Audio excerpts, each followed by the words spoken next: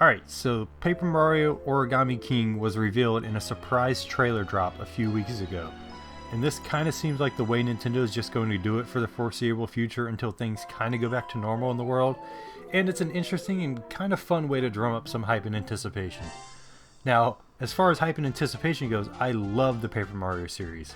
Well, about half of the Paper Mario series, I should say. The original Paper Mario for the N64 and the GameCube's release, Paper Mario The Thousand Year Door, are two of my favorite games I've ever laid hands on. The RPG elements are fun, the writing is sharp and witty, the combat system was engaging, and it's just a new fun spin on the Mario universe. However, in recent iterations of the Paper Mario series, things have been quite lackluster. Specifically speaking, Sticker Star and Color Splash weren't necessarily bad games, but they kinda were stains on the legacy of the Paper Mario series. Such a fun, well-received series had taken a little bit of a downturn with new gameplay elements that really bogged down the enjoyment.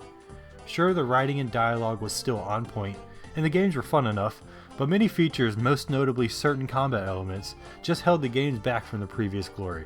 So, needless to say, as excited as I am to see a new Paper Mario release, I have my hesitations. But first though, let's talk about everything we do know about the Origami King so far. The simple and straightforward answer is not a lot. We do have some details though. Firstly, and most importantly, the game releases on July 17th. This is such a quick turnaround from reveal to release, given that the game was announced just barely over 2 months before the release date. A slightly unrelated note, this seems to bode pretty well for those of us worrying about Nintendo not having anything in store for the later part of the year. This shows us that Nintendo is definitely willing to reveal games only a few short months before release, so we don't really have to panic about how deserted the latter part of 2020 looks for Switch releases. Additionally, Nintendo had this in their back pocket. It's a Mario game and it's likely going to sell pretty well. They could have easily filed this away and held it off as their big holiday release, but the fact that they didn't likely means that they have at least one more big deal of a game in store for holiday 2020. Oh, and for anyone who cares, the file size is 6.5 gigabytes, which is great. Nintendo is always fantastic at compressing their games to a reasonable file size, which is awesome considering how small the built-in internal storage of the Switch is. Alright, so what's the plot? Most Mario titles have a thin storyline that mostly revolves around, yo, Bowser's got Peach, go kick his Koopa ass and get her back. But Paper Mario has always been a bit more immersive from a storyline perspective, so what does Paper Mario Origami King have in store?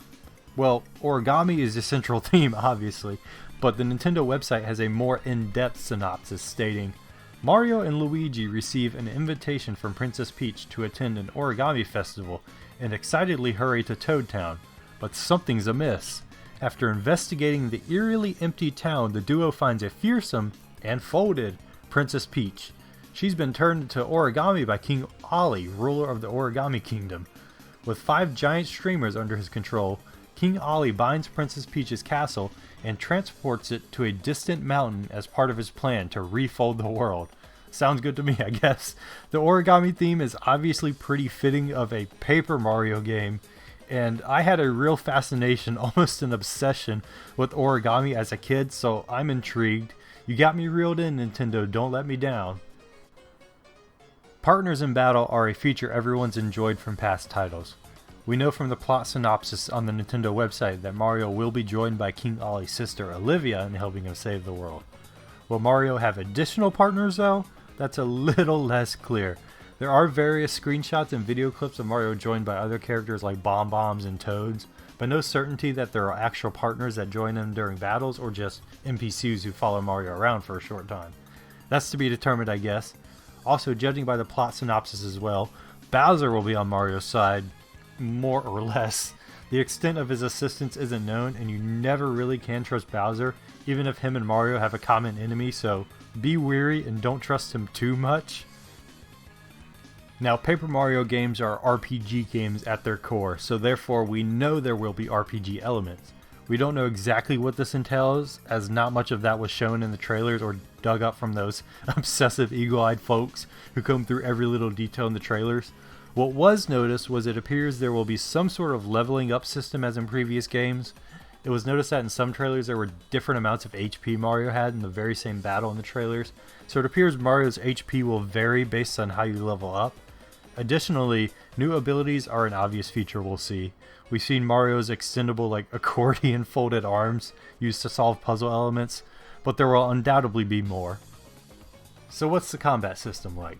This is a big deal because in more recent titles, the combat system has been kinda ruined by stupid gimmicks. We don't know enough to let our guards down quite yet, but so far things look better. That's as far to the positive side as I'll go right now, but it does seem like sort of a return to form. It's not necessarily a back to their roots kind of thing, but it seems like it's an updated version of the old combat system, which is a good thing and something to be hopeful about. The ring-based combat system is new, and I like the idea of it as it seems to add a new, unique strategy element to battles. The concept is that you'll need to line up enemies in a line by rotating the ring so you can attack full lines of enemies in combos all at once. We've only seen basic implementation of this in the trailers, but I can see it being used in creative, unique, and more complex ways. One little example that others have noticed is that boos, who are the best and most endearing of all enemies in Mario, have a cool quirk relating to this battle system. When the boos are behind Mario, they can attack him, but if the boos are positioned in front of Mario, they can't attack, because they're precious shy little fellas. I heckin' love that, and I'm really interested in how else they'll manage to implement the 360-degree ring battle system. Lastly, I want to note, this game looks beautiful. Say what you want about Nintendo and graphic fidelity and all that, but they almost always nail it down with their art styles, and that just holds up so much better over time. Let's be honest, Nintendo is still fairly far behind the competition in graphical power, but Nintendo consoles aren't exactly pushovers in the graphical fidelity department anymore. They've always had beautiful art styles that are always pleasing to look at, but as their graphical strength of their consoles increase, the mesmerizing art style of Nintendo IPs just jump out even more than ever now. I love the look of this game. The paper aesthetic, the vivid colors, just everything about how this game looks from a visual standpoint just pleases me. Oh, and one more thing. Paper puns are in the game, and that's important. We know Intelligent Systems loves their puns and their softball toss-up jokes, and I'm always about that. The Paper Mario series has always embraced cheesiness and campiness, and it just wouldn't be a Paper Mario game without it. So I know I'm not going to be let down in that aspect, even if the game turns out to be awful in every other way. Alright, so what are my hopes as far as things we haven't seen? Ultimately, I just want to return to form. I'm not saying I want the game to play exactly like Thousand Year Door, just go back to the roots that grew Paper Mario into such a fun series starting out, and then trim off the branches that weighed down the series in its more recent releases. That's all I want. Do that and I'll have my faith and trust restored in the series. Some more specific answers that aren't cop-out answers like that would be things like badges. Badges were always a fun little element that gave Mario specific abilities to use in battle and allowed the player to strategize more and pick and choose which badges to equip to cater to their own personal preferences and playing style. Also, partners in combat was always fun. It was always enjoyable getting to choose which partner to use for battles based on each partner's skills and abilities, and utilizing which one gave the player the most advantages in combat was always great. Certain partners often had certain abilities that may have been more or less effective against certain enemies or bosses, and it was always fun strategizing which to use based on the current circumstances. Now, next to my hopes lie my worries. Sticker Star and Color Splash were unfortunate downturns for the series.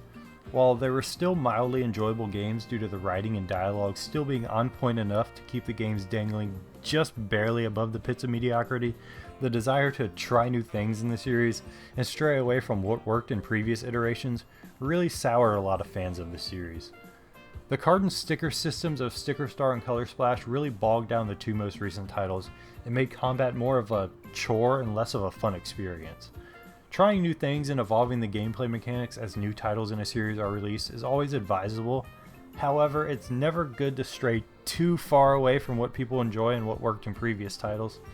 Making that mistake with Sticker Star was forgivable as an attempt to keep the combat from becoming too stale, but when fans vocalized their dissatisfaction with the changes and a desire for the series to return to form, only to be met with more of the same with Color Splash, loyal fans just started to lose faith in Intelligent Systems for the future of Paper Mario.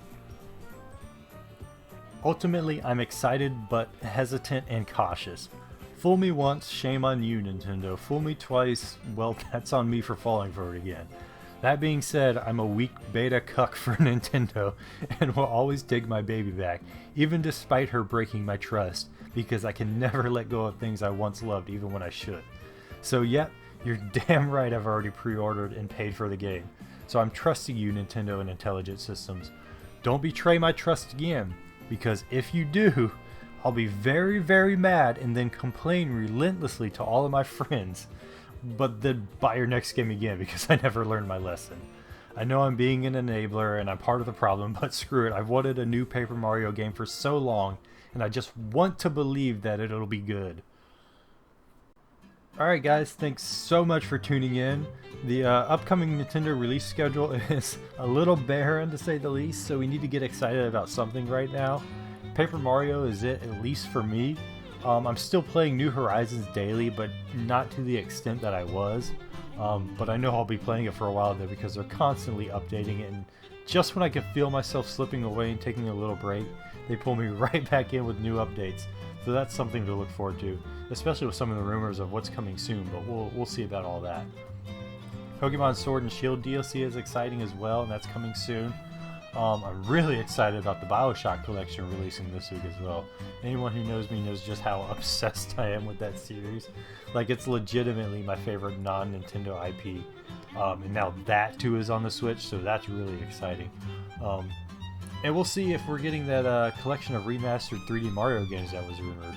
Like, that would legit save 2020 for me, because all of those games are gems, and Super Mario 64 specifically is what made me fall in love with Nintendo and just gaming in general. So I'm excited about the idea of playing a remastered version of that. Sunshine and Galaxy are also fantastic. So they're all coming to Nintendo Switch this year, as the rumor stated, including Super Mario 3D World, which was also rumored. 2020 will go from being like a seemingly awful year for video games to like one of the best in my opinions. But we'll see about all that. Hopefully it turns out alright. I hope you guys are all taking care of yourselves, being safe. But anyways, thanks for watching. Take care, everyone.